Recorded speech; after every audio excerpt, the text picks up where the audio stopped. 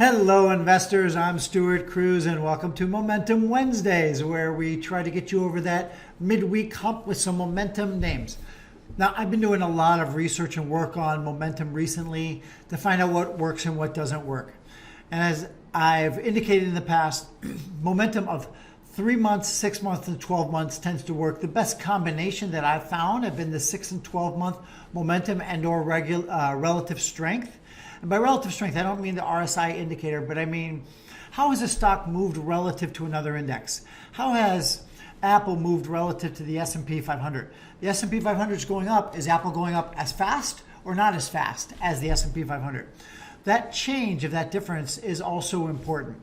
Although they're pretty similar stories, the relative strength indicators between 3, 6, and 12 months are what's the best.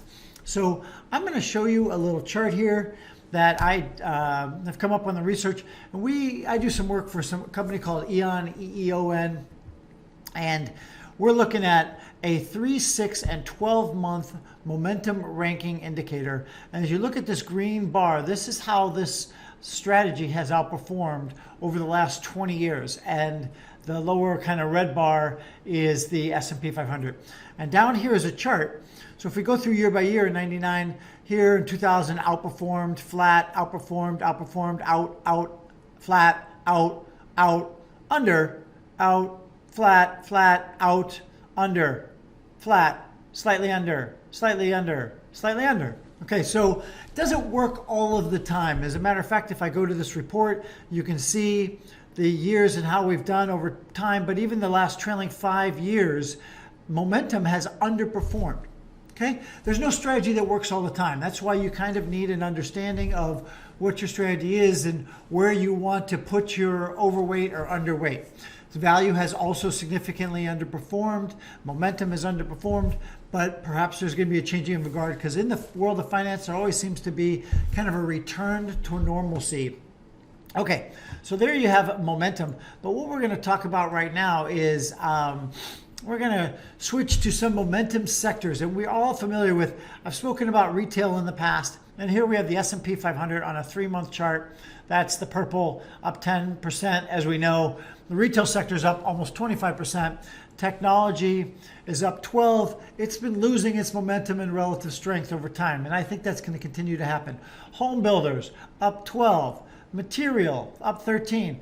But what do we have breaking into the fray is Telecom up 18% in the last 3 months. And if we look out over 6 months, our Telecom, the number in the browns, underperformed over the 6 months and just kind of in line over the last 12 months or year to date. So let's look at 12 months, how sector is done.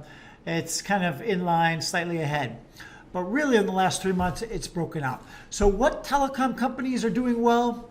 Well, here we have INFN. I hope I'm pronouncing that right. So you have the telecom sector up 3 months, up 18%, as we had indicated in the purple.